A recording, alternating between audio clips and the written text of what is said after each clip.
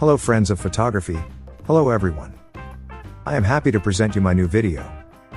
Once again, I've tried out an older lens for you.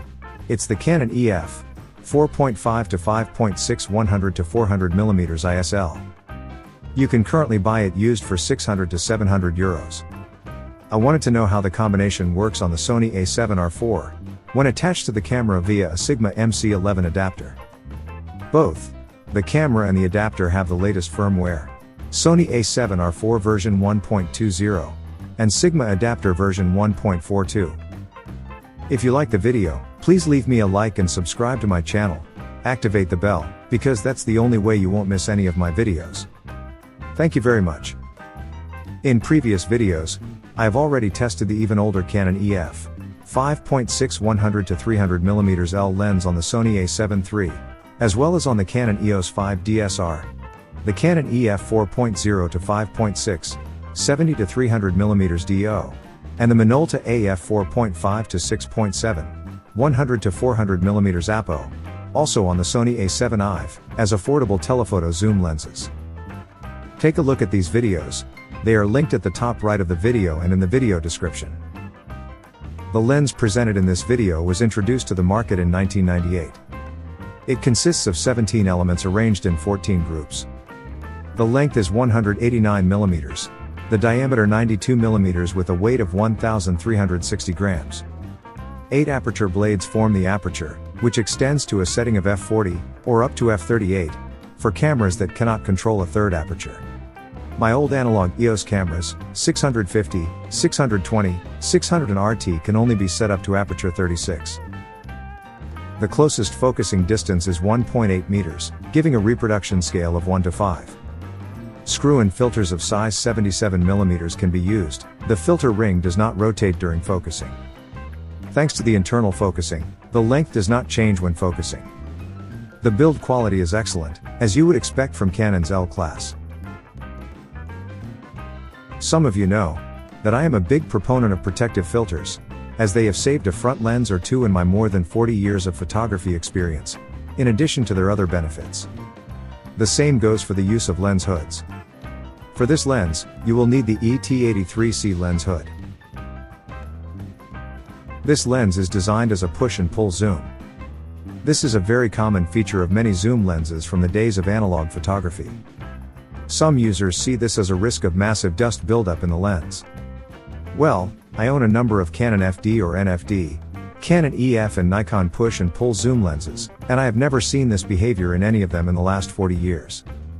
This is also the case with the model shown here. The zoom resistance of the EF 100 to 400 mm can be adjusted by a rotary switch. You can use it to set the focal length fixed, to set the focal length with resistance, or to select a buttery smooth setting. This can compensate for a possible disadvantage compared to rotating zoom lenses, which usually allow a very precise focal length adjustment due to their design.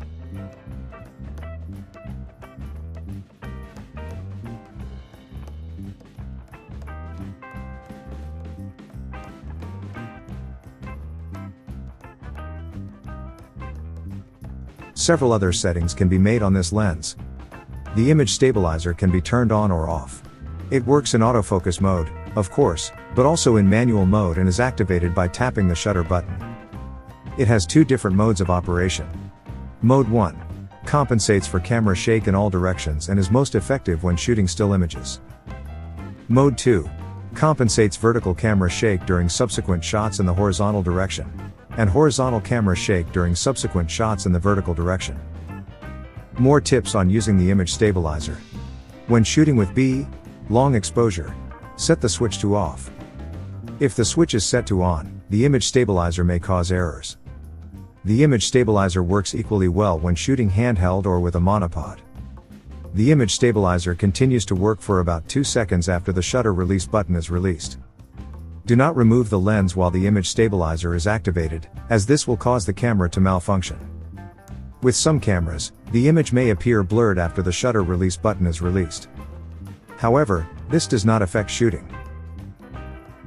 You can also limit the focus range to 6.5 meters to infinity for even faster focusing. I have only used this lens for static shots. In the combination shown here, it focuses quickly and accurately. My own small test results for continuous autofocus show that it focuses quite quickly. So I think this lens is definitely suitable for air shows, for example. It will be there next year at the Belgian Air Force Days. You can also switch the autofocus on or off with an additional button. When shooting with infrared film or a converted digital camera, you can read the necessary correction of the focusing distance to the respective focal lengths on the focusing scale and correct accordingly. Thus, the infrared index is used to correct the focus when shooting with black and white infrared film. After focusing with MF, correct the focusing distance by turning the focusing ring to the corresponding infrared mark. The mark between 200 and 135 corresponds to 150 mm. The infrared markings are based on a wavelength of 800 nanometers. The correction amount depends on the focal length. When setting the correction amount, the displayed focal length can be used as a guide. When using infrared film, please also follow the instructions of the film manufacturer and use an appropriate infrared cut filter if necessary. The distance setting can also be corrected over infinity. This is to compensate for the temperature-related shift of the infinity focal point. At normal temperature, the infinity setting is present when the vertical arm of the L mark is aligned with the setting index of the distance scale. The lens has a removable tripod adapter for better weight distribution and to relieve the camera bayonet. You can also rotate the camera for vertical or horizontal shots by loosening the locking screw on the tripod adapter. Whenever possible, I have gotten into the habit of not attaching the heavy lens and adapter combination to the camera, but rather attaching the camera to the combination. I find it easier. Of course, I would like to show you some images I recently took with the lens and the Sony A7rIV. The high resolution of the camera puts the lens to the test. But with a small limitation at the edge of the image, this good piece from the last millennium masters the task very well. If you already own a Sigma MC11 adapter and are looking for an inexpensive alternative in this focal length range, you can't go wrong with the Canon EF 4.5 to 5.6 100 to 400 mm L, version 1.